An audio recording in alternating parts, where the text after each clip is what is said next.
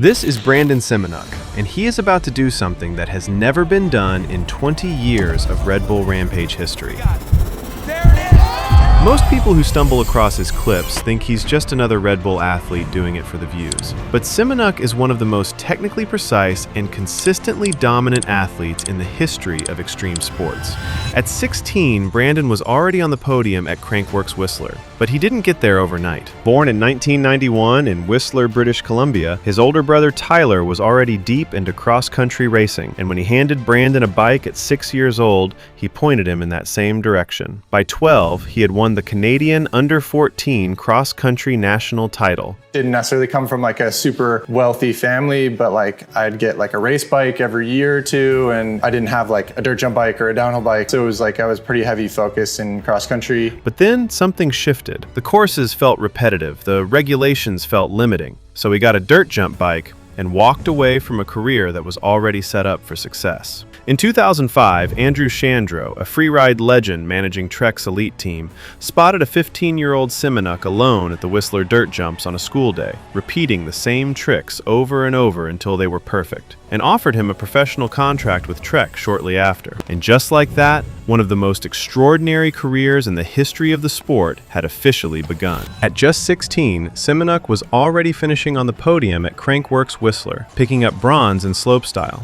That same year, he signed with Red Bull, a dream come true. Then, in 2008, everything changed. Red Bull Rampage had returned after a 4-year break, with a new venue and a course that blended massive big mountain terrain with more technical obstacle-style features. Semenuk, at just 17 years old, completely obliterated the field, humiliating riders who had been riding before Brandon was even born.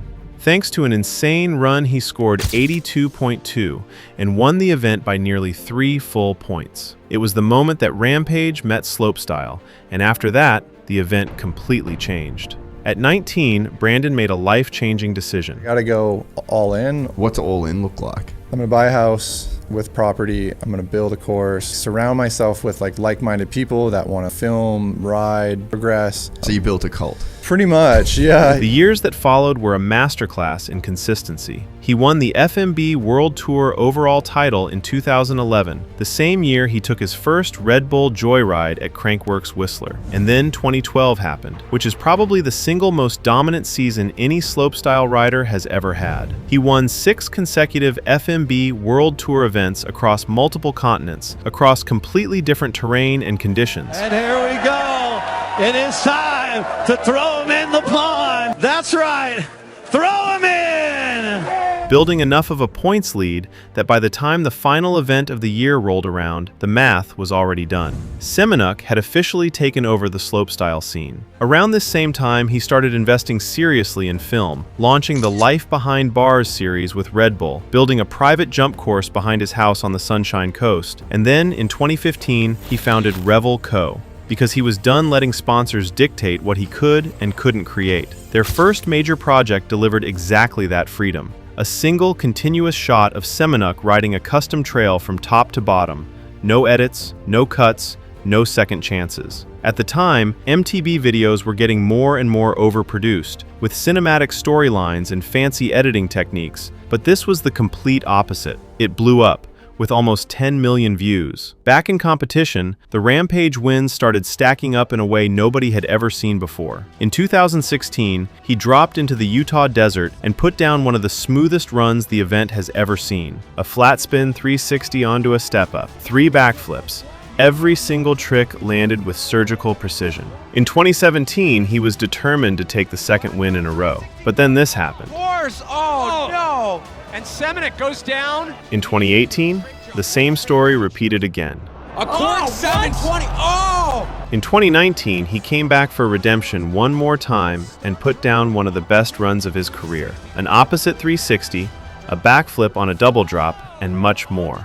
All of it completely dialed. With a 92.33, he took his 3rd title. tying the all-time record. But even if you're not riding Rampage-sized jumps, your kit still needs to hold up, and that's where winch and plummet comes in. I've been testing their gear for a few months now, and honestly, quality speaks for itself. The pants are splash resistant, so wet trails aren't a problem, and the pockets are actually deep enough to fit your phone and keys without losing them on the way down. The jerseys are durable for aggressive riding while keeping you cool on hard runs. The gloves give you real grip and bar feel, all of that without sacrificing comfort on longer days out. Everything you need for your next ride is at winchandplummet.co.uk, link in the description. In 2021, Semenuk arrived at Rampage on a setup nobody had ever dared to run there before, a single crown fork instead of the classic dual crown, which meant that suddenly, bar spins and tail whips were on the table. But in his first run,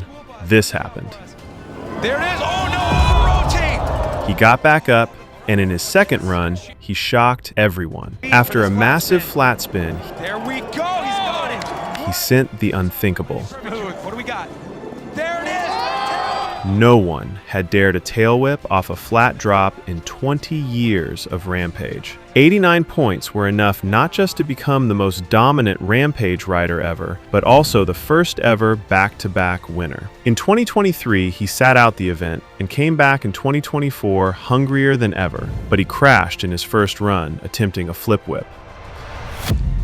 After waiting 2.5 hours through a wind hold, Semenuk went back to the top when everyone else was done, and on his second run, he stomped the flip whip that had taken him down earlier, winning Red Bull Rampage for the 5th time. But not everyone was celebrating. After 2024, a real debate started spreading through the MTB community, with fans accusing Semenuk of turning Rampage into a slopestyle event, arguing his tricks sent on perfectly shaped jump lips had no place on a mountain that used to be about riding whatever the terrain gave you. But people forget that slopestyle grew out of freeride, not the other way around. At the end of the day, Rampage is simply evolving with. And if the organizers truly felt that this level of technical precision was ruining the spirit of freeride, they would have already stepped in. But here's the part of his story that most people don't know. Because while all of that was happening on the mountain bike side, he was quietly building an entirely separate professional career in rally racing. I was always out in the mountains and I would see these guys ripping around the hills all the time, and I was like, man, that's so cool.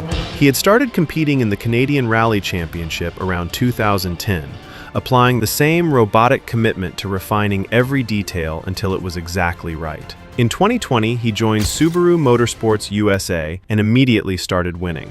In 2022, he took the American Rally Association National Championship after a season-long battle with none other than the legend Ken Block. Then, in 2023, he had arguably the most perfect rally season in the history of the ARA, winning all 8 rounds, leading 118 of 120 stages, and setting the fastest time on 110 of them. He followed that up with a 3rd and a 4th consecutive title before walking away from the series entirely in late 2025.